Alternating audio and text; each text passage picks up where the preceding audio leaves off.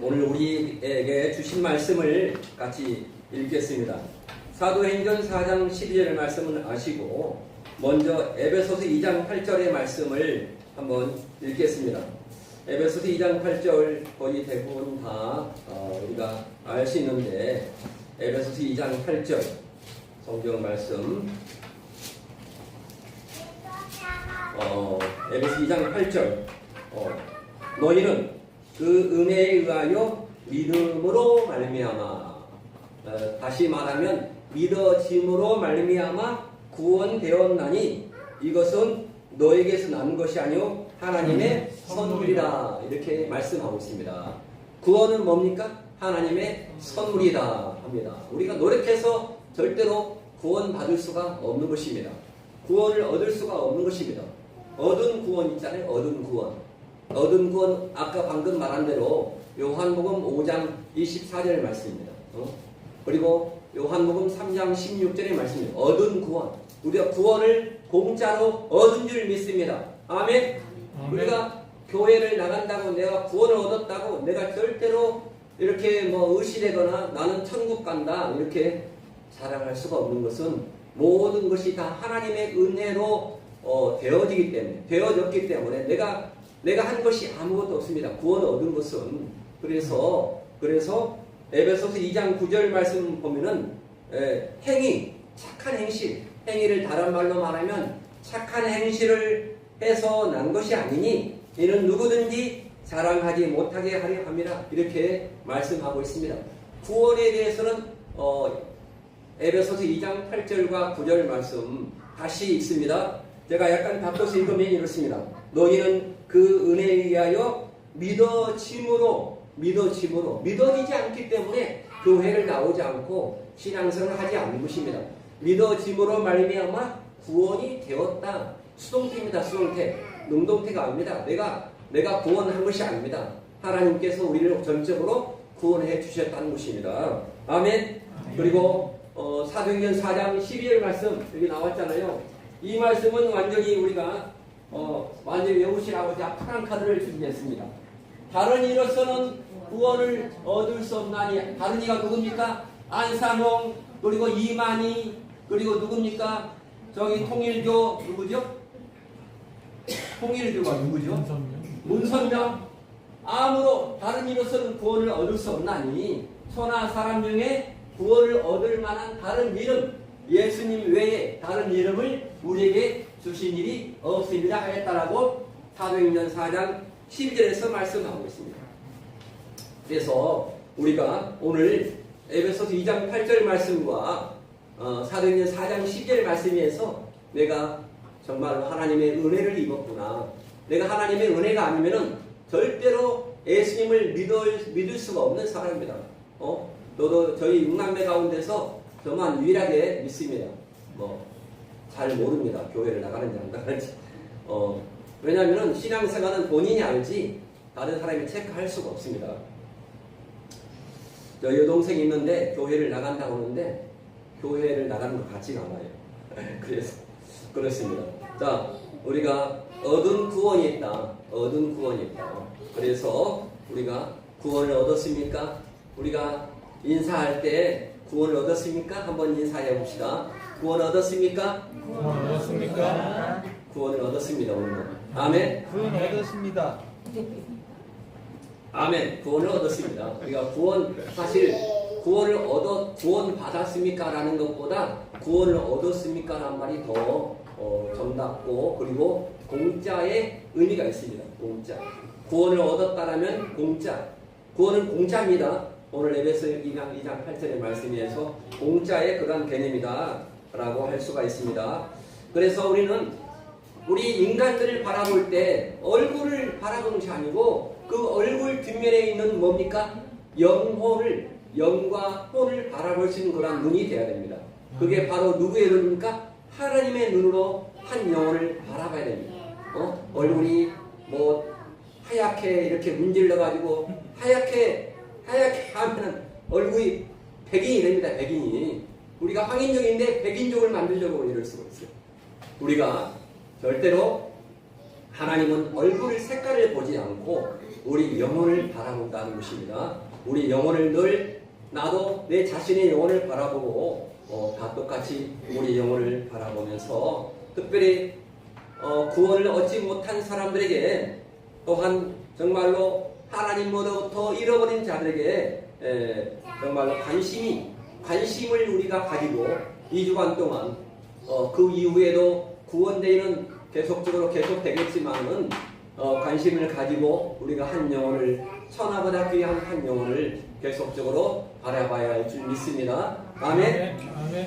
그리고 그래서 영혼을 바라보시기 바랍니다. 영혼을 바라보시고 제가 오늘은 특별한 제가 뭐 설교도 아니라고 할 수 있지만은 종교에 대해서 좀 이야기를 나누고자 합니다.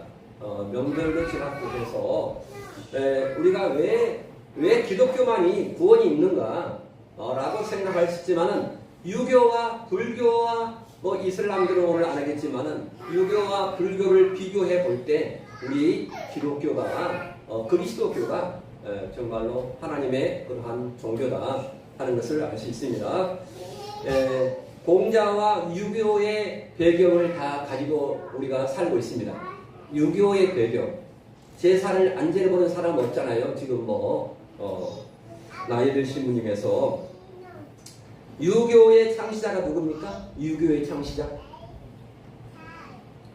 중국어로 꽁찌, 공자입니다. 공자. 유교의 창시는 공자인데요. 공자는 춘추 전국 시대에 어떤 나라 시대에 살았습니까? 공자는 노나라의 때 태어나서 노나라에 우리 같으면 국무총리 재상이 되었습니다. 국무총리. 그런 사람이 바로 이 공자예요. 공자는 어떠한 역할을 했냐면요. 사실 정치가였어요. 정치가. 그래서 이 사회를 올바르게 이끌어가기 위해서 노력을 했던 사람이에요. 그런데 많은 사람들로부터 시기와 배신을 당함으로써 결국 자기의 뜻을 이루지를 못했어요. 그래서 공자는 이 나라 저 나라에 가서 나를 써주세요 했지만 사람들이 공자를 싫어하는 사람, 반대하는 사람이 많아서 결국은 공자는 절망에 이르렀고, 그리고 이럴 바에는 차라리 후배들을 후진 양성을 해야겠다, 가르쳐야겠다. 그래서 사람들을 모아서 가르치는데 전념을 했습니다. 예전에 공자 영화도 있었어요. 혹시 보셨습니까? 저는 봤는데 공자 영화. 하여간 공자 영화가 몇 년 전에 있었습니다. 공자가 살아있을 때 기록한 책이 뭐였습니까? 혹시? 논어입니다. 공자가 말했던 그러한 언행을 다 기록을 했어요. 기록을 했는데 그게 바로 논어인데 논어 4장 4편 8절 논어 4편 8절에 뭐라고 혹시 나와 있는지 아십니까? 논어 4편 8절에 이렇게 나와 있습니다. 내가 아침에 도를 깨달으면 저녁에 죽어도 좋다. 이렇게 이걸 깨달았어요. 아침에 도를 깨달았으면 저녁에 죽어도 좋다. 그러니까 제자들이 놀래서 선생님 인생이 무엇입니까? 인생이 뭡니까? 도대체. 그러니까 그러면서 또한 이렇게 물었습니다. 공자님, 죽고 나면 우리가 어떻게 됩니까? 이렇게 말하니까 물을 때마다 공자님은 뭐라고 답을 했을까요? 공자님, 논어를 다 읽어보셨을까요? 공자님은 내가 그런 도를 깨달으면은 내가 저녁에 죽어도 한이 없겠다. 그런데 나는 구원자도 아니고 나는 그런 걸 모른다. 나는 죽고 난 뒤는 모른다. 그렇게 말을 했습니다.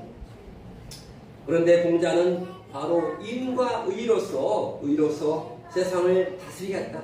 어질게 그리고 올바르게 세상을 다스리겠다라고 하면서, 하지만 자기 자신이 한 번도 나를 믿으면 어디를 간다고 절대 그런 말을 하지 않았습니다. 공자가 나를 믿으면 어디 간다 이런 말을 하지 않았어요. 근데 그래서 유교는 종교입니까? 종교가 아닙니까? 내세가 없어요. 내세가 없습니다. 공자라고 하는 사람은 그 철학 사상을 따라가는 사람들이지 유교는 종교가 아닌데, 공자를 원체 많이 따르다 보니까 유교라고 이렇게 붙인 것입니다. 공자는 종교가 아닙니다. 내세가 없습니다. 공자 유교의 핵심 내용은 뭡니까? 우리가 도덕 시간에 배웠죠. 약간 성경과 빈다는 내용인데 유교의 핵심 내용은 뭡니까? 삼강오륜. 여기서 삼강오륜을 해서 아무런 유익이 안 되는데 바로 공자는 만약에 자기가 세상을 다스리면 이렇게 다스려야겠다 하는 그런 내용이 바로 삼강오륜. 요즘에 삼강오륜을 이렇게 하다 보면은 빤 맞습니다. 요즘 시대하고는 전혀 맞지 않은 그러한 내용이 바로 삼강오륜입니다. 삼강오륜. 이때 공자는 춘추 전국시대에 그 당시 공자가 뜻을 펼치려고 황제한테 가져가서 만약에 나를 국무총리를 삼아주면은 제3으로 삼아주면 이런 정치를 하겠습니다. 그렇기 때문에 이것은 종교가 아닙니다. 정치입니다. 공자는 정치입니다. 그런데 유교는 제사를 지냅니다. 제사. 원래 불교가 제사를 지낸 것이 아니고 유교가 제사를 지낸 것입니다. 유교가 제사를 지냈는데 유교는 종교가 아니잖아요. 종교가 아닌데 유교가 유교가 왜 제사를 지냈냐면요. 다 아시겠죠? 다 아시죠? 왜? 공자가 정치를 하려고 몇 살 때 떠나냐면은 아주 어렸을 때 정치에 입문해서 자기 고향을 떠났습니다. 근데 다시 고향에 돌아와 보니까 부모님이 다 돌아가셨어요.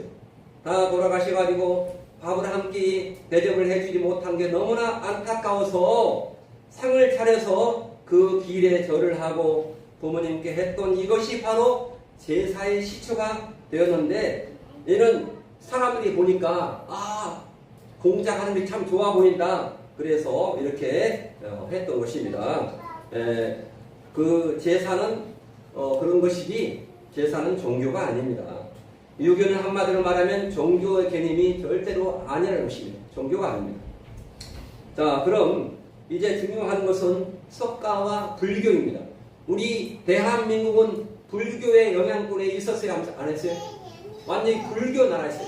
고려시대에 뭡니까? 불교 국가였어요. 불교 국가. 그렇죠? 불교 국가인데 이 석가모니는 바로 위대한 인류의 스승입니다. 석가모니. 자, 불교를 지금 유교는 지났고 이제 불교입니다. 석가모니가 어디에서 태어났을까요? 퀴즈. 석가모니는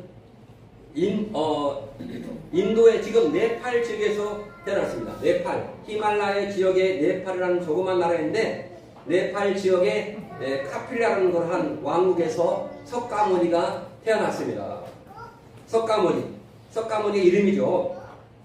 그 당시에 인도는 그 당시에 뭐였습니까? 종교가 힌두교. 자, 힌두교였어요. 석가모니가 힌두교 교인이고 인도 사회는 전역이 바로 전부 다 힌두교로 덮여있어요. 힌두교. 그래서 힌두교 사람들은 도를 깨닫기 위해서 출가를 해서 거기에서 몇 년 동안 도를 깨닫는 것이 바로 전통이었습니다.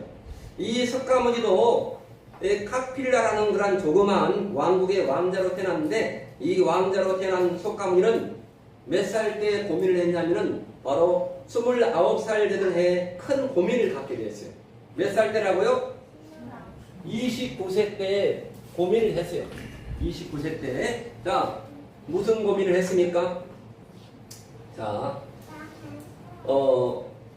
인간에게는 그 108번뇌가 있다고 생각을 했습니다. 108번뇌. 인간의 번뇌를 따져보니까 몇 개라고요? 108개의 고민이 있어요. 고민. 108개, 그게 바로 108번뇌라고 합니다. 바로 이 석가모니는 인간의 생로병사와 이 생로병사, 나서 늙어서 병들고 죽는 것을 이 생로병사라고 하잖아요. 이 108가지의 번뇌를 한꺼번에 딱 없애버리는 길이 없을까? 생로병사를 108번뇌를 없애버리자 하는 그러한 고민을 했습니다. 그래서 이 고민을 하면서 29살의 석가모니가 출가를 했어요. 출가를 해서 35살에 35살에 석가모니는 아주 똑똑했기 때문에 35살 되던 해에 석가모니는 어디서 도를 깨달았습니까? 무슨 나무 밑에입니까? 혹시 아십니까? 도리스 나무. 다 들어봤죠? 도리스 나무에서 밑에서 도를 깨달았어요. 도를 깨달았어. 근데 막 깨닫고 난다부터 그때부터 도를 깨닫는 것을 끝마치고 돌아와서 자기가 이제 설법을 강연을 했어요. 강연을 하니까 이 강연을 듣는 사람들이 우와 대단하다 석가모니 하면서 석가모니 말이 옳다 하면 저분이 뭐라고 했냐면요. 저분이 깨달은 분이다. 석가모니가 뭐라고요? 뭐 했다고요? 석가모니 이름입니다. 석가모니는 이름인데 석가모니가 뭐 한 분이다? 깨달은 분이다. 이 깨달은 분이란 말이 뜻이 뭐라고요? 그 나라 말로 부처라고. 부처. 저 사람은 깨달은 분이다. 그래서 그 나라 말로 부처. 깨달은 분이라는 그러한 뜻이었습니다. 부처. 그래서 사람들이 석가모니 우리가 108번뇌를 벗어날 수 있는 길을 깨닫고 그 이야기를 듣고 난 다음부터 석가모니를 뭐라고 했을까요? 이제 석가모니를 뭐라고 했어요? 누구라고 했을까요? 부처님입니다. 부처님 그렇게 말을 했다는 그러한 이야기입니다. 부처님. 그래서 바로 부처님 저분은 뭐다? 깨달으신 분이다. 이러한 깨달은 스승이다. 이렇게 그러다 보니까 그분 이름이 그냥 부처님이 될 정도로 깨달은 겁니다. 그래서 석가모니가 뭘 깨달았냐? 이게 중요하다. 석가모니가 뭘 깨달았다고요? 석가모니는 인간은 몇 가지 고민이 있다고요? 108 번뇌가 있는데 뭐 108 번뇌를 어떤 건지 저는 잘 모르겠는데 이 생로병사 이런 걸 합쳐서 108가지를 다 연구해 보니까 이 108 번뇌에서 벗어날 수 있는 길은 바로 인간의 유일한 길은 뭘까요? 이 번뇌에서 벗어난 길은 유일한 길 뭘까요? 불교를 공부를 해야 돼요. 그래야 불교인들을 전도할 수 있어요. 욕심을 버리는 것. 우리 야고보서에도 봅니까? 욕심이 잉태한 적, 욕심이 새끼를, 욕심이 뭡니까? 잉태한 적, 죄를 낳고, 죄가 장성해서 뭡니까? 사망을 낳는다라고 말씀을 하고 있잖아요. 근데 이 불교에도 보니까 욕심을 버리는 것, 깨닫고 보니까 깨달은 내용이 바로 이겁니다. 이거 결론입니다. 그래서 욕심을 딱 버리는데 욕심을 버리고 욕심이 하나도 없는 상태. 혹시 이걸 뭐라고 할까요? 욕심이 한 개도 없는 상태를 우리가 뭐라고 할까? 욕심이 한 개도 없는 상태. 자, 욕심이 한 개도 없는 상태를 이게 뭘까요? 없을 무자 나자. 내가 없다. 얘들하고 장난할 때 뭐라 합니까? 없다. 아니, 내가 없는 것이 바로 욕심이 없는 것입니다. 그래서 욕심이 없다. 자, 욕심은 바로 나 자신도 없는 상태. 사람은 다 자기 욕심 때문에 번뇌가 온다는데 뭐 때문에 번뇌가 온다고요? 욕심 때문에 번뇌가 온다. 그래서 무아지경에 이르는 것이다. 무아지경에. 근데 내가 없는 거예요. 내가 다시 말하면 우리 기독교에서 말하면 이게 뭡니까? 갈라디아서 2장 20절. 내가 십자가에 못 박혀 죽었나니 그런즉 내가 이제는 산 것이 아니오 내가 오직 뭡니까? 예수께서 사신 거죠. 나는 죽었고 내 안에 누가 살았다고요? 예수님께서 내 안에 계신다는 말이 갈라디아서에 나온 말씀입니다. 갈라디아서 뭐 제가 이렇게 비교했지만은 그래서 바로 내가 없는 상태입니다. 내가 없는 상태. 내가 죽었어요. 우리 신자가 되고 성화가 되어서 내가 죽으면 다른 사람이 나를 욕을 해도 나는 반응을 하지 않아요. 그렇죠? 나는 정말로 깨달은 사람이 된다는 것입니다. 그런데 내가 죽었어요. 그래서 내가 이렇게 뺨을 때려 누가 와서 뺨을 때리면 성경이 말했어요. 뭐라고 했어요? 왼편을 대면 오른편을 때리세요. 이렇게. 근데 요즘에 그렇게 합니까? 한번 더 때려. 너 죽고. 혈기를 바로 부립니다. 우리가. 죽었어요? 안 죽었어요? 내가 살았어요. 내가 살았기 때문에 그런 거예요. 욕심을 안 버렸기 때문에 나 자신의 욕심을 버려야 하는데 욕심을 안 버렸기 때문에 내가 살아서 꿈틀꿈틀거립니다. 그래서 바로 모든 번뇌의 모든 근심 걱정의 그 뒤에 뭐가 있다고요? 바로 욕심이 있다. 인간의 욕심이 있다. 욕심. 더 잘 되고 싶고 더 이뻐지려고 하고 뭐 욕심이 있습니다. 그래서 욕심이 그래서 이렇게 내가 죽는 거 욕심을 버리는 거 그게 바로 뭐 불교에서는 어디에 이르렀다? 경지에 이르렀다. 열반의 경지.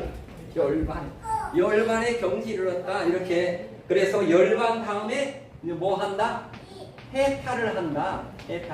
이렇게 말을 하고 있습니다. 해탈을 한다. 근데 이 열반이나 해탈하는 것은 바로 무아의 세계다. 무아가 뭐라고요? 무아. 내가 없다. 이렇게 한번 이렇게 화가 날 때 이렇게 말하세요. 나 없다. 나 죽었다. 이렇게 말하면 되는 것입니다. 나 죽었어요. 내가 죽어야 사는 것입니다. 부활을 하려면 죽어야 부활을 해요? 아니면 안 죽고 있다가 부활을 해요? 완전히 죽어야 부활할 수 있는 그러한 지경입니다. 그래서 해탈이라는 것은 바로 무아의 세계다. 그래서 무아의 지경, 욕심이 하나도 없는 그러한 상태, 욕심이 몇 프로? 욕심이 0%인 상태, 아무 욕심이 없는 상태, 열반에 들어갔다 해탈했다 하는 그 하에 무아의 경기가 되면은 모든 번뇌에서 108번뇌에서 우리가 벗어날 수 있다. 우리는 이미 다 욕심을 버렸잖아요. 아멘. 우리의 모든 그런 이 땅의 모든 욕심을 다 이 땅에다 묻어놨습니다. 우리는 그래서 설령 내가 배고파 욕심을 부렸는데 배고파요. 자, 내가 배고프다는 것은 누가 고프다는 것입니까? 내가 아닌데 내가 없는데 왜 내가 배고프지? 그렇게 나랑 상관없다 하면서 아마 그렇게 하면서 똑같이 금식을 하는 것 같아요. 금식할 때 내가 없다 하면서 금식하시기 바랍니다. 아멘. 자, 내가 배고픈 것도 느끼지 못합니다. 내가 없으니까. 내가 잘 입어야지, 내가 잘 살아야지 하는 욕심이 있으면 번뇌가 생기는데, 근데 이 욕심이 없으면 아무 번뇌가 없는 것입니다. 그러나 석가모니는 단 한 번도 나를 믿으면 구원을 얻는다, 이런 말을 했어요, 안 했어요? 안 했어요. 나를 믿으면 구원을 얻는다. 이 불교를 믿으면, 부처님을 믿으면 구원을 얻는다. 다시 말하면 불교 용어로 뭡니까? 구원이 극락에 간다는 말을 절대로 한 번도 해본 적이 없습니다. 제가 이유를 말씀을 드리겠습니다. 자, 나를 믿으면 극락에 간다. 내가 여러분들을 극락에 보내줄게. 이런 일에 말한 적이 한 번도 없습니다. 자, 이렇게 석가모니의 제자 중에서 아난다와 춘다가 있습니다. 누구라고요? 아난다와 춘다라는 사람이 있었어요. 아난다와 춘다라는 사람이 이렇게 질문했습니다. 선생님, 죽고 나면 어떻게 됩니까? 물을 때마다 석가모니는 나는 인생을 모른다. 나는 인생의 일을 모른다.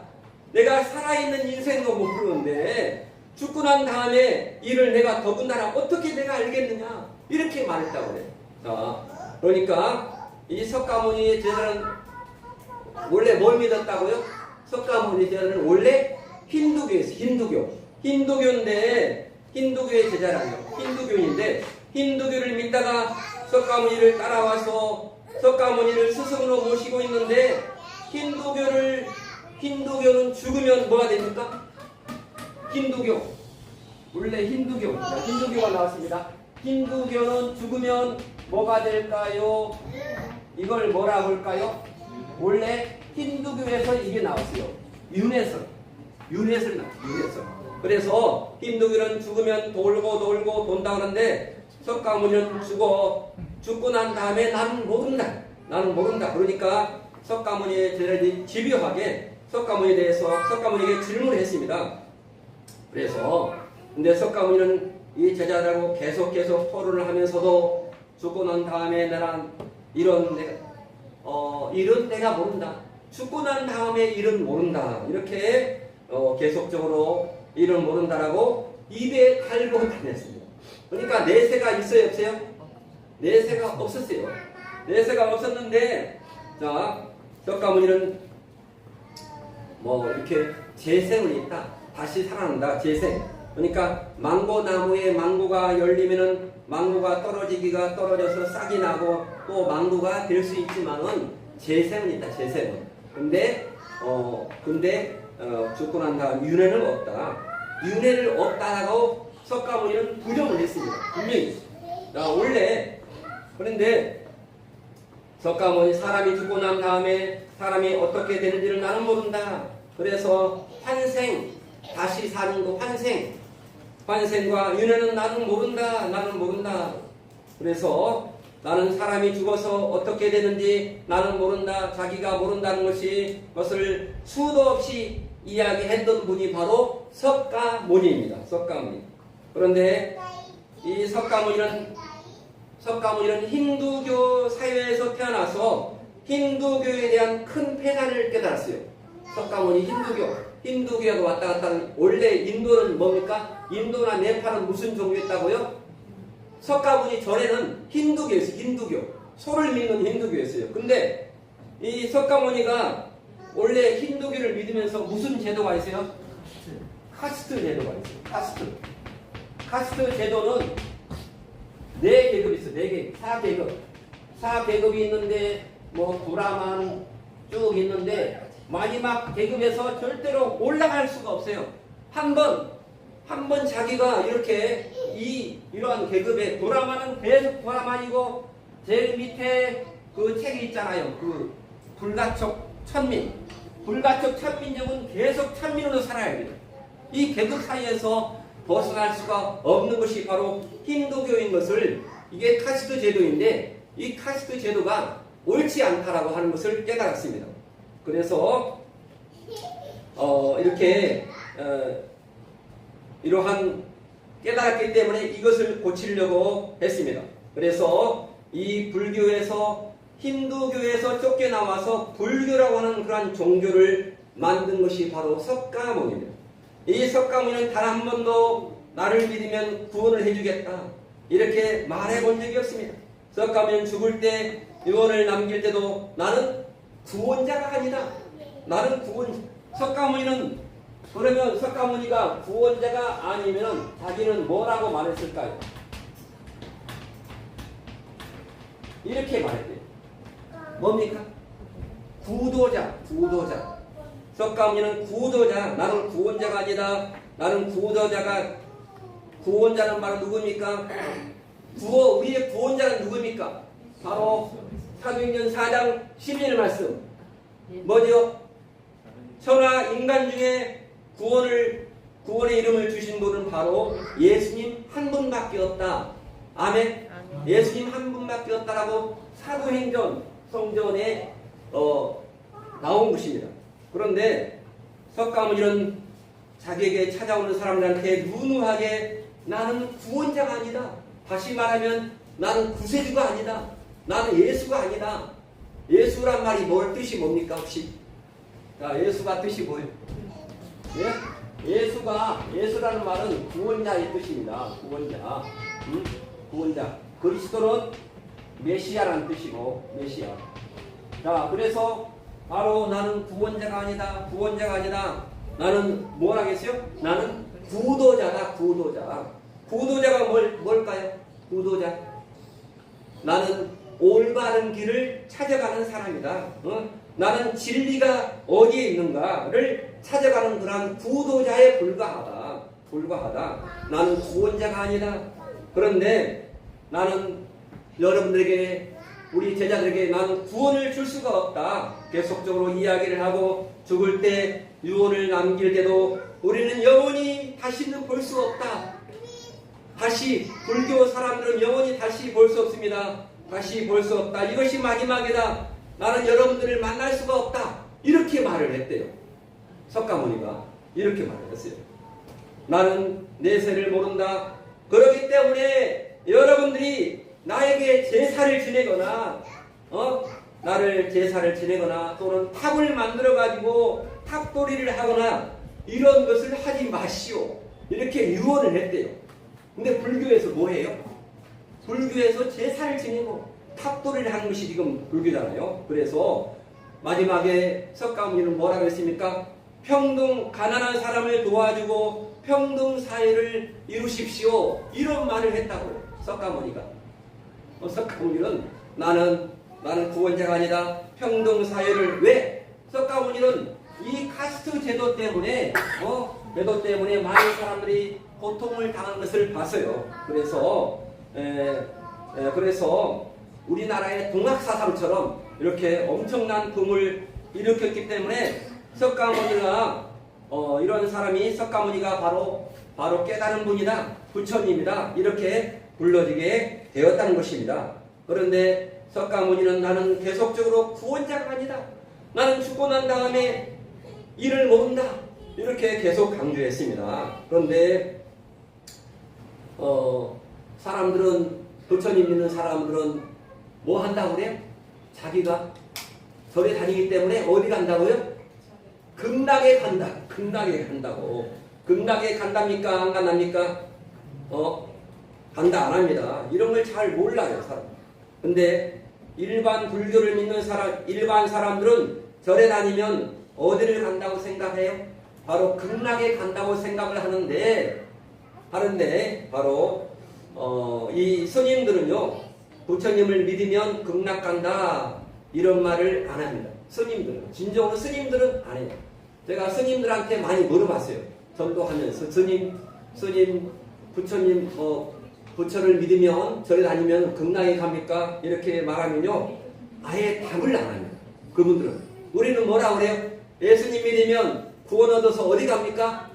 천국에 간다고 자신 있게 말하는데 천주교인들도 천국을 간다고 말 안 해요. 가봐야 알지 그러면서 대충 해요. 분명히 물어보세요. 진짜 안 합니다. 진짜 안 해요. 그래서 근데 이렇게 말합니다. 죽어봐야 알죠. 죽어봐야 알죠. 이렇게 말합니다. 그런데 한국이나 일본이나 중국에 가면은 불교는 바로 종교처럼 보입니다. 한국, 일본, 중국에서. 선생님 죽고 나면 어떻게 되겠습니까? 힌두교에서 잘하는데 힌두교는요 윤회설이 있잖아요. 그렇잖아요. 돌고 돈다고 그러잖아요. 그럴 때도 석가모니는 뭐라 했습니까? 석가모니는 윤회설을 안 믿었습니다. 안 믿었기 때문에 석가모니는 끝까지 나는 죽고 난 다음에 나는 모른다 그래 이야기를 했는데 지금 불교는 꼭 극락이 있는 것처럼 이야기를 합니다. 거짓말을 합니다. 자, 그런데 불교가 종교처럼 보이는 이유가 있습니다. 자, 불교가 마치 종교처럼 보이는 종교가 있는데 종교처럼 보이는 이유가 있습니다. 왜 그럴까요? 불교는 두 종류가 있습니다. 두 종류. 제가 이걸 말하려고 하는 것입니다. 불교는 무슨 종교가 있다고요? 소승 불교가 있고 대승 불교가 있습니다. 소승 불교가 원래 석가모니가 창시했던 불교입니다. 석가모니가 창시했던 불교, 나는 모른다, 이렇게 평등 사회를 이루고 가난한 사람을 도와주라, 그런 것이 바로 소승 불교. 이게 뭐라고요? 내세가 없어요. 이게 석가모니의 불교가 소승 불교. 분명히 알아요. 소승 불교. 당신 대승 불교지? 이렇게 물어보세요. 불교인들은 아무것도 몰라요. 소승불교인지 대승불교인지 모두 말합니다. 근데 누가 바뀌었냐면요, 이 용수라는 사람이 있어요. 우리말로 용수. 이 사람이 바꿔버렸습니다. 자, 그래서 이 소승불교, 원래의 불교, 이렇게 소승불교가 진짜 불교, 진짜 불교를 소승불교라고 말합니다. 소승불교. 그런데 대승불교가 있습니다. 대승불교. 자, 석가모니가 원래 소승불교입니다. 내세 사상이 없어요. 죽으면 극락을 간다, 이런 말에 원래 불교는 그런 게 하나도 없습니다. 원래 소승불교에는 극락 간다는 말이 전혀 없습니다. 그런데 중요합니다. 석가모니가 죽고 난 다음에 30년이 지나고 나서 그 다음에 석가모니의 어록을 적은 경전을 500명의 승려들이 중들이 어록을 정리했어요.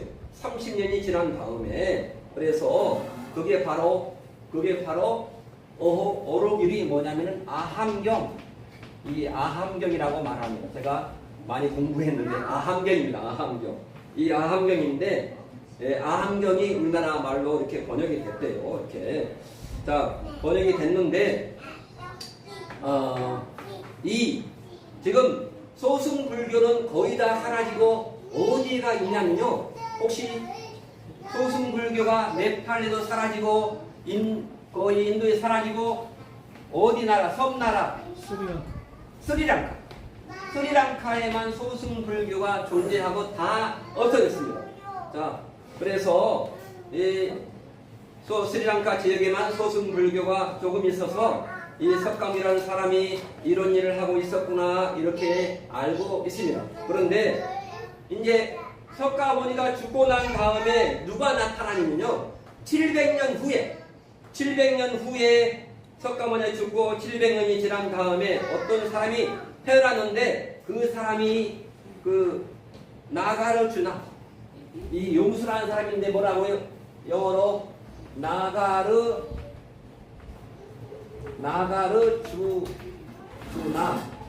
영어로 써야 돼요. 아니요. 나가르주나라는 사람인데, 이 말을 우리 한국어로 번역하면 용수라는 사람이다. 이 나가르주나라는 사람이 700년 뒤에 이 사람이 용수라는 사람인데, 이 사람이 바로 불교를 바꿨습니다. 용수라는 사람이 이때가 바로 예수님이 탄생하고 나서 약 200년이 지나고 난 다음에 이 대승불교를 창시합니다. 자, 그래서 이 나가르주나는 소승불교를 잘 알았어요. 이 석가모니를 잘 알았어요. 근데 소승불교를 알았는데 이 소승불교를 알고 보니까 이 말이 아닙니다. 이 나가르주나가 생각할 때 석가모니의 어록을 이게 아함경을 보니까 말이 안 맞아요. 말이 안 맞다고 생각해서 틀렸다. 이건 틀렸다. 그래서 이 사람이, 이 나가르주나 용서라는 사람이 대승불교를 자기가 만들었습니다. 대승불교. 그래서 석가모니하고 완전히 반대되는 사상을 가리키는데, 바로 그 주인공 이름을 석가를 빌려와서 그 사람이 유명하니까, 석가가 유명하니까 빌려와서 바로 석가모니 이름을 따가지고 상시해서 새로운 신흥 종교를 만든 것이 바로 대승불교입니다. 바로 마침 그 기독교가 있는데 신천지를 만든 것처럼 바로 이와 똑같이 만든 것이 바로 대승불교라는 것이죠. 대승불교. 그래서 이 석가라는 이야기를 하면서 만들어냈는데, 석가라는 이야기를 넣어서 만드는데 다 완전히 바꿨어요. 그래서 여기에 이제 대승불교를 만들 때 이 나가르주나라는 사람이 어떻게 말했냐면, 이제부터 이제 지금 현재 나오는 불교를 이렇게 가짜로 만든 것입니다. 어떻게 지었냐면요, 제가 두 가지를 말씀드리겠습니다. 첫 번째, 이 석가모니가 태어날 때 꼭 그 북한의 김일성과 똑같은 그러한 전설을 만들었습니다. 바로 옆구리에서 태어났대요. 옆구리에서 태어나서 뭡니까? 제왕절개를 했을까요? 옆구리에서 사람이 태어날 수 있어요, 혹시? 옆구리에서 태어났다고 말을 하고, 두 번째, 손을 들고 딱 석가가 태어날 때 뭐라 했습니까? 천상천하 유아 독존 이렇게 말을 했다는 것입니다. 이걸 다 지어냈어요. 누가? 이 용수라는 사람이, 나가라주라는 사람이 소승불교를 갖다가 딱 지어냈습니다. 이렇게. 그래서 여기 바로 인도에 있는 사람들이 와, 이거는 진짜 좀 맞다고 생각을 했어요. 그래서 대승불교라고 하는 이 불교를 사람들이 받아들인 겁니다. 그래서 왕성하게 되어서 중국에서 한국에 오고 한국에서 일본 백제시대까지 이러다가 이렇게 베트남, 이 버마 모든 나라에 바로 원래 불교는 스리랑카에 조금밖에 없는데 대승불교라는 그러한 불교를 받아들이고 그러다 보니까 불교는 나라마다 다 다르게 되었다는 것입니다. 그래서 티베트 불교, 저도 TV에서 티베트 불교를 봤는데 티베트 불교는요 반드시 성지 순례를 해야 돼요. 성지가 어디라고요? 티베트 불교는 티벳이 성지예요. 티베트. 그래서 이렇게 막 뛰어가고 막 오보 5발을 뛰어가서 하고 또 막 기어가고 그렇게 합니다. 그렇게 해서 그렇게 해야 모든 죄가 다 씻어진다라고 믿고, 그런데 오다가 또 죄를 짓고 나서 다 허탕입니다. 그래서 나라마다 다 다른 것이 바로 대승불교다. 원래 불교가 아니다. 대승불교는 가짜다. 아멘. 대승불교는 가짜입니다. 원래 불교는 소승불교다. 소승불교는 구원이 있다 없다? 석가모니는 구원이 없다. 나는 미래를 모른다. 이렇게 말을 했던 것입니다. 그래서 옛날에는 스님들이 이걸 모르고 믿었대요. 근데 요즘에는 스님들이 공부를 하니까 대승불교가 석가모니의 불교인 줄 알았어요. 그런데 지금은 이게 다 알려져 있습니다. 그래서 이 대승불교는, 지금 불교는 석가모니가 아니고 누가 만들었다고요? 지금 불교는 지금 절 모든 종교, 조계종, 무슨 좀 다 나가르주나 용수라고 딱 치면 나와요. 인터넷에 나옵니다. 이따 쳐보세요. 나가르주나. 그래서 쉽게 말하면 이 정통적인 불교가 온 것이 아니고 바로 신천지가 간 거예요. 신천지가 뭐라고요? 바로 대승불교. 엉뚱한 거. 신천지는 기독교하고 다르잖아요. 아멘? 신천지는 완전히 다릅니다. 그래서 이 신천지는 바로 똑같은 그러한 종교 대승불교가 간 것입니다. 그래서 제가 성철 스님과 법정 스님의 이야기를 제가 하겠습니다.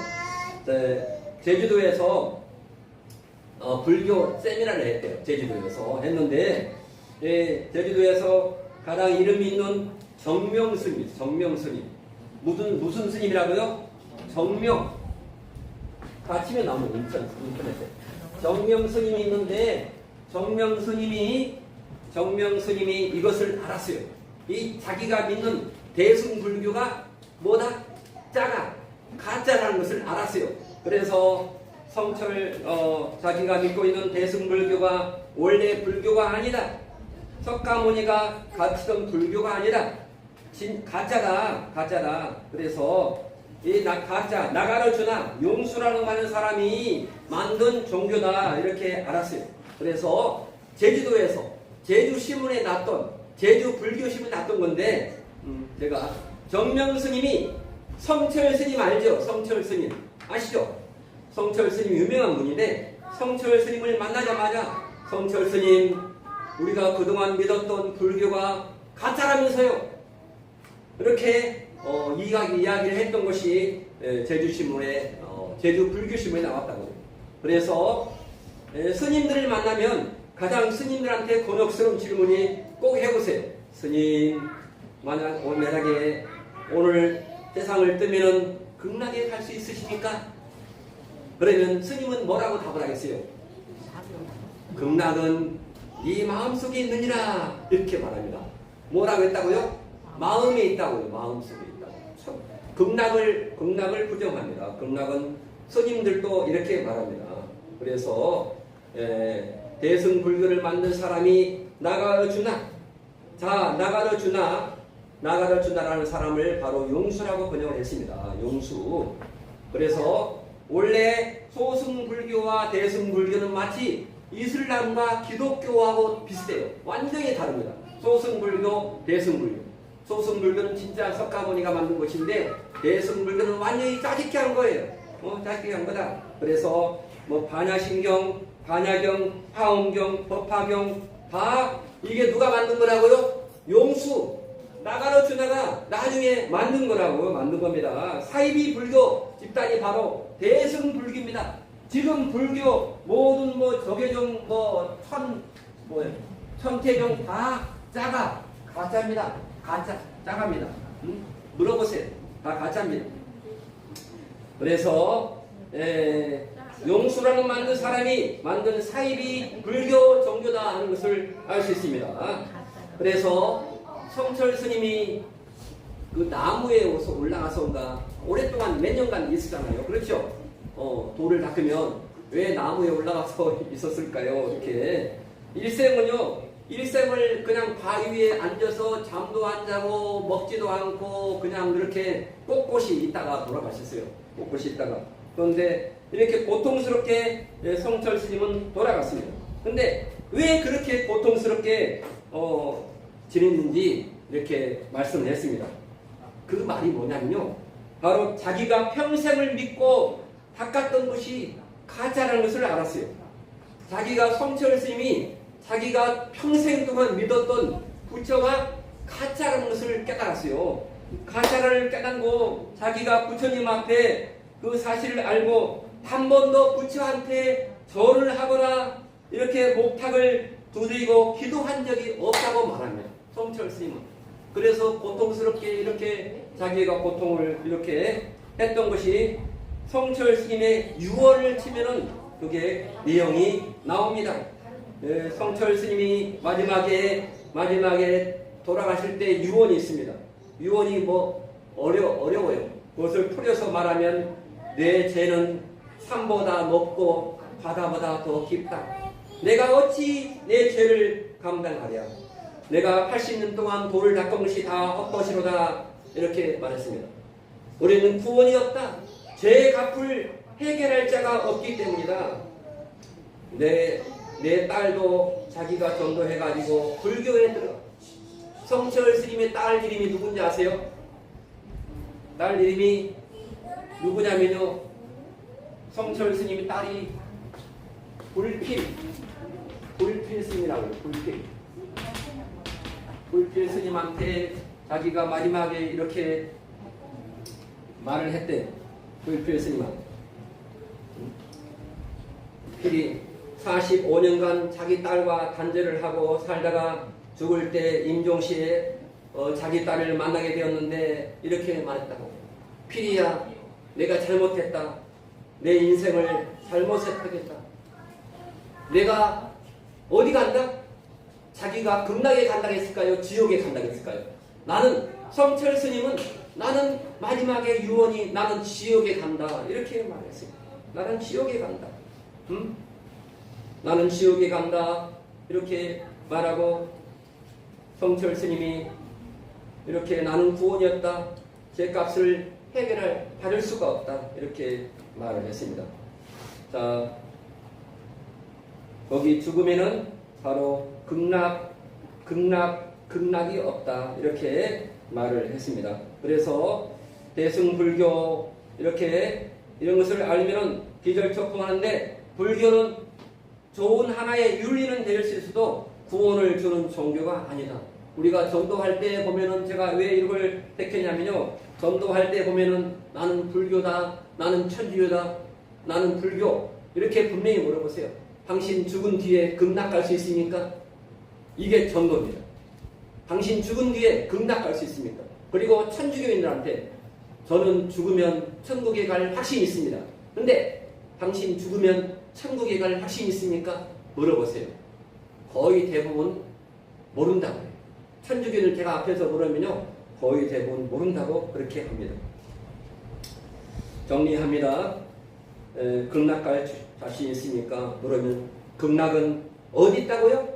네 마음에 있느니라. 우리 마음이 있다고. 그러나 천국은 절대로 없습니다. 하지만 우리 예수님 믿으면 우리가 구원을 얻게 되고 우리가 천국에 가는 것입니다. 우리가 이렇게 불교에서 말하는 네가 깨달은 자가 되라. 부처의 불교의 정답은 뭐가 되라? 네가 부처가 되라. 제 친구가 있어요. 뭐 서점을 하고 출판사를 하는데 그래요 저한테. 야 너 예수 믿는데 그러지 말고 네가 부처가 되라. 그래. 부처가 되라. 그게 정답이야. 걔들이 말하는 거예요. 부처가 되라. 부처가 뭐라고요? 깨달은 자가 되라. 우린 다 이미 깨달았습니다. 이미 하나님의 말씀을 깨닫고 정말로 그들은 바로 지옥에 가는데 그렇게 위대하게 40년 동안 돌을 닦고 소나무 밑에서 바위 틈에서 밥도 안 먹고 돌을 닦았는데 깨달았는데 자기는 지옥에 간다라고 말하고 있습니다. 우리의 유일한 구원자가 누굽니까? 바로 예수 그리스도 한 분밖에 안 계신 믿습니다. 우리는 예수님 믿는 것이 얼마나 귀한지, 얼마나 귀합니까? 하나님의 오직 은혜인 줄 믿습니다. 하나님의 은혜 가운데 이렇게 예수님 믿었습니다. 우리가 하나님의 은혜 가운데 예수님 믿었는데 우리가 받은 은혜를 누구에게 전해야 됩니까? 우리는 바로 전해야 됩니다. 할렐루야. 우리는 정말로 마지막 사명이 마태복음 28장 17절에 한번 읽어보시기 바랍니다.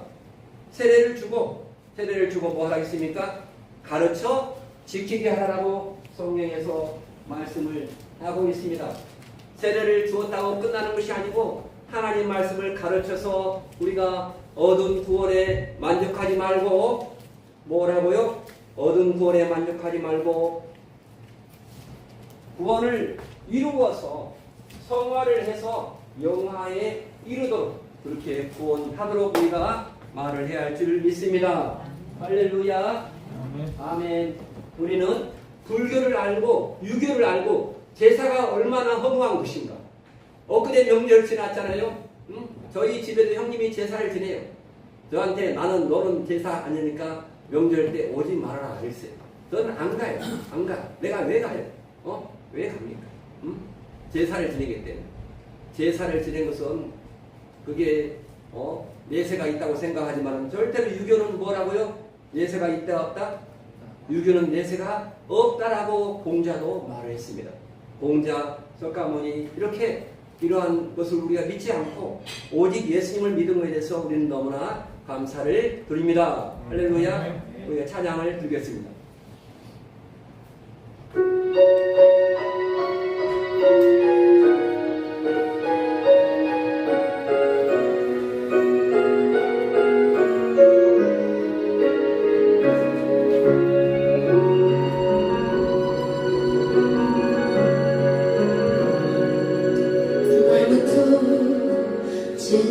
진실하렵니다. 나부터 겸손하렵니다. 주보의 뒷면에 있습니다. 나부터 정직하렵니다. 나부터 새로워지렵니다. 나부터 회개하렵니다. 나부터 거듭나렵니다. 나부터 순종하렵니다. 나부터 십자가 지렵니다. 거룩한 예배자로 세워지고 헌신한 사명자로 세워져서 주님의 신실한 정직기로 쓰임받기 원합니다. 너로부터 잘 믿겠습니다. 나부터 내가 묻습니다. 나부터 행하겠습니다. 나부터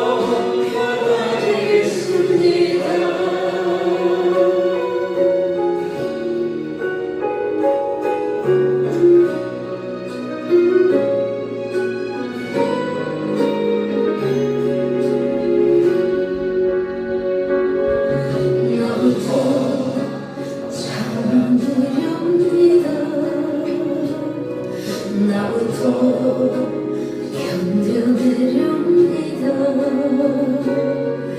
나부터 일어서렵니다.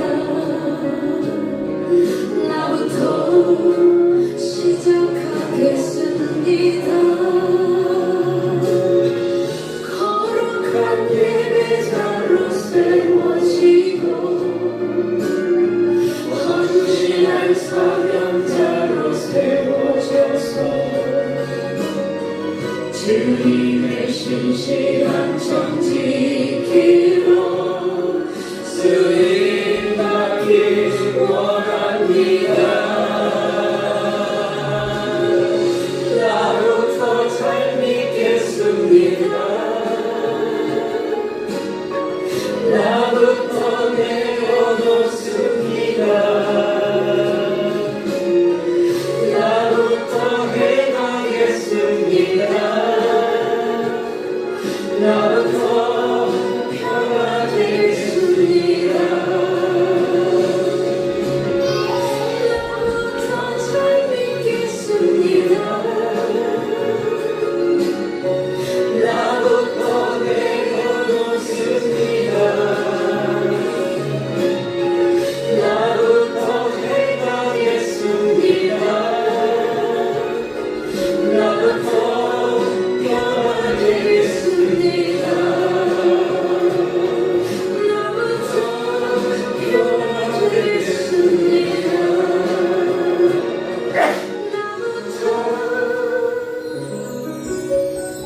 변화되겠습니다.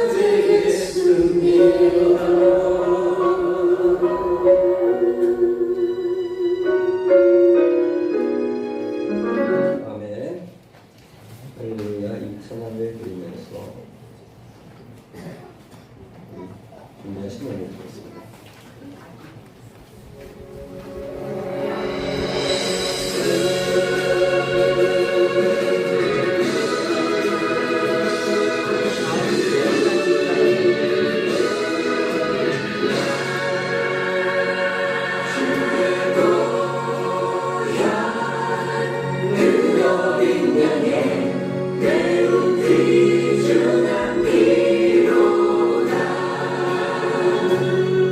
주의 십자가 오열하리며 내가 어찌 기도에 가사가 나와 있습니다. 주의 십자가 오열하리며 내가 어찌 구원을 받으랴. 주의 십자가 오열하리며 내가 어찌 주의 자녀이요. 주의 십자가 오열하리며 내가 어찌 영생을 얻으랴.